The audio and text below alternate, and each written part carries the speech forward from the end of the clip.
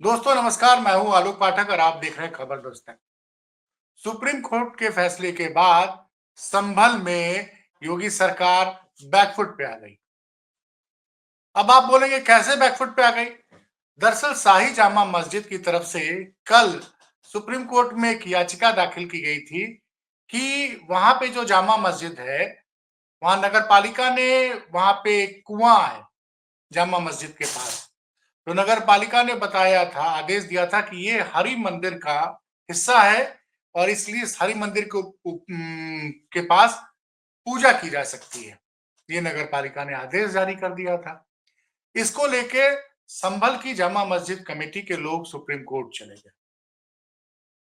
Supreme court में आज chief justice की बेंच में इस पे सुनवाई हुई और उस पे जामा मस्जिद एक्शन कमेटी के लोगों ने कहा कि साहब ये जो कुआं है ये संभल की जामा मस्जिद का हिस्सा है और इसके पानी का इस्तेमाल हम लोग मस्जिद के लिए करते हैं और यहाँ पे अगर पूजा पाठ के लिए आदेश दिया नगर पालिका का जो लागू हुआ तो उससे शांति व्यवस्था पे असर पड़ सकता है।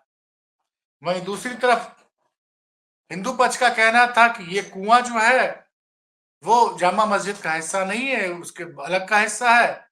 यहाँ सदियों से पूजा होती रहती थी। आजकल पूजा पिछले कुछ दिनों से इस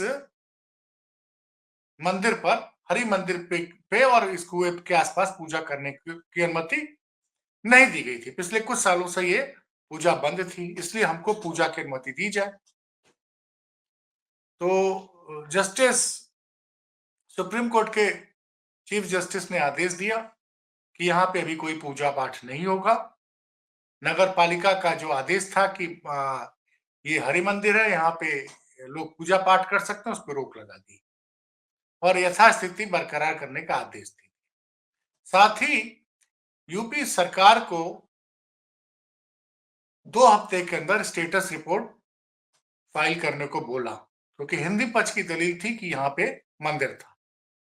तो फिलहाल मुस्लिम पक्ष की बात को मानते हुए वहां पे उन्होंने पूजा की अनुमति नहीं दी। सुप्रीम कोर्ट ने नगर पालिका के आदेश पर रोक तो लगा दी, लेकिन दूसरी तरफ सुप्रीम कोर्ट ने यह कहा कि अगर इसके पानी का इस्तेमाल बाहर के लोग भी करते हैं तो उसमें कोई बुराई नहीं है। तो साहब ये फैसला आया संभल को लेके, जहां आपको पता होगा कि शाही जामा मस्जिद को लेके जो विवाद चल रहा है पिछले 1-1.5 महीने से, उसमें क्या क्या हुआ सारा घटनाक्रम तो आपको पता ही है कि हिंदू पक्ष के लोग जाते हैं नवंबर के महीने में और संभल के चंदौसी जिला को संभल कोर्ट में और बोलते हैं कि ये जो जामा मस्जिद है दरअसल हरि मंदिर है। कोर्ट ने वहां पे सर्वे का आदेश दे दिया बिना मुस्लिम पक्ष को सुने हुए, और 3 घंटे के अंदर ही एक टीम वहां सर्वे करने पहुंच जाती है। उस दिन सर्वे हो जाता है, फिर 24 नवंबर को दोबारा पहुंच जाती है टीम वहां सर्वे करने के लिए। तो मस्जिद कमेटी के लोग उसका विरोध करते हैं, बोलते हैं कि ये जो सर्वे करने का आदेश कोर्ट ने एक बार का दिया था आपने कर लिया, अब दोबारा क्यों सर्वे कर रहे हैं? लेकिन वो लोग नहीं माने, सर्वे करते रहे। आसपास वहां भीड़ इकट्ठी हो गई। उसके बाद क्या हुआ तो आपको पता ही है। पुलिस और भीड़ के बीच में पथराव हुआ, गोलीबारी हुई और 5 लोगों की जान चली। उसके बाद ये मामला सुप्रीम कोर्ट पहुंचा, तो सुप्रीम कोर्ट ने लोअर कोर्ट को इस मामले में सुनवाई करने से रोक लगा दी और इलाहाबाद हाई कोर्ट को बोला कि इस मामले की तुरंत सुनवाई कीजिए और इस पर फैसला कीजिए। इलाहाबाद हाई कोर्ट ने अभी हाल ही में फैसला दिया और सर्वे पर फिलहाल रोक लगा दी। इसी बीच नगर पालिका ने ये जो जामा मस्जिद के पास का कुआं है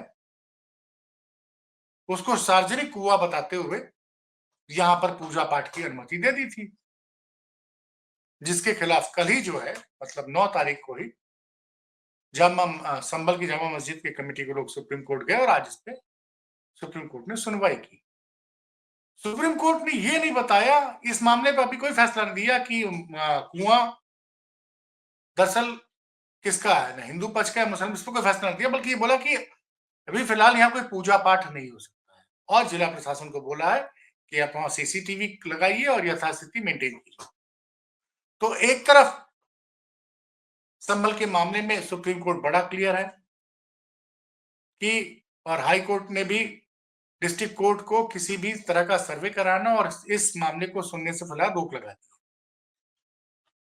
लेकिन दूसरी तरफ उत्तर प्रदेश के मुख्यमंत्री योगी आदित्यनाथ, जिनको पता है कि मामला सुप्रीम कोर्ट में चल रहा है, उन्होंने आज एक चैनल के प्रोग्राम में इलाहाबाद में जो बोला है वो मैं सुना रहा हूं आपको।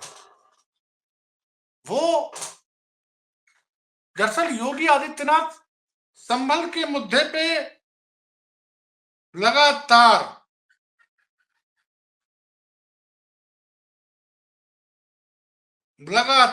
संभल के मुद्दे पे बयान दे रहे हैं।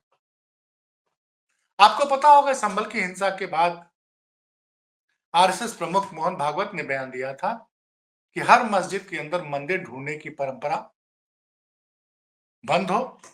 कुछ लोग इसके जरिए हिंदुत्व के नेता बनना चाहते हैं। उनका साफ इशारा योगी आदित्यनाथ के साथ।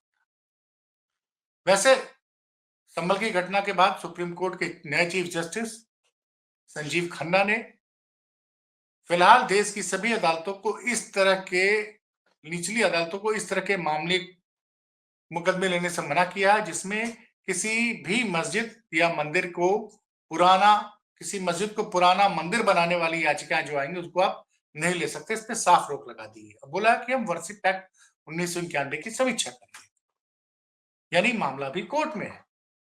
लेकिन योगी आदित्यनाथ जो बोला, मैं उनको सुना आपको, चूंकि दूसरे चैनल का स्टेटमेंट है, मैं आपको सुना नहीं सकता हूं, लेकिन मैं पढ़ के सुना रहा हूं। मुसलमान अपनी गलती स्वीकार करें। सोचिए, संभल पे बयान दे रहे हैं। जो सनातन धर्म से जुड़े हुए प्रतीक है उसमें अनावश्यक बाधा न खड़ी करें। संभल में हरिहर मंदिर तोड़कर ढांचा खड़ा किया गया है। ये हम नहीं कह रहे, ये अबुल फजल द्वारा लिखी गई किताब आईने अकबरी में लिखा हुआ है। संभल में श्री हरि विष्णु के 10वां अवतार कल्कि के रूप में होगा। इसका जिक्र हमारे पुराणों में है जो 5000 साल पुराने हैं। अब उनका कहना है कि ये जो किताब है आईने अकबरी, इसमें लिखा गया है कि संभल में हरिहर मंदिर को तोड़कर वो जामा मस्जिद को, संभल की जामा मस्जिद को ढांचा गया। सवाल ये है कि जो मामला सुप्रीम कोर्ट में, इस मामले में सुप्रीम कोर्ट में सुनवाई चल रही है, उसमें क्या प्रदेश के मुख्यमंत्री को ऐसा बयान देना चाहिए? एक बयान उन्होंने और भी दिया है। उन्होंने बोला कि मुसलमान कुंभ में आए, लेकिन किसी तरह का खुराफात करने को ना सोचें। और खुराफात करने को सोचेंगे तो उनके साथ डेंटिंग पेंटिंग हो सकती है, उनकी डेंटिंग पेंटिंग हो सकती है। दरअसल जो शब्द उन्होंने इस्तेमाल किया वो सुनिए जरा, कि मुसलमान कुंभ में संभल कर आए।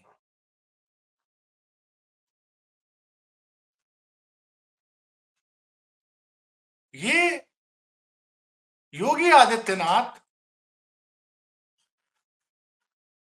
लगातार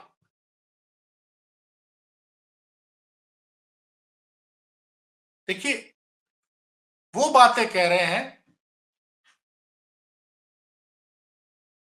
जिससे कि वो अपने आप को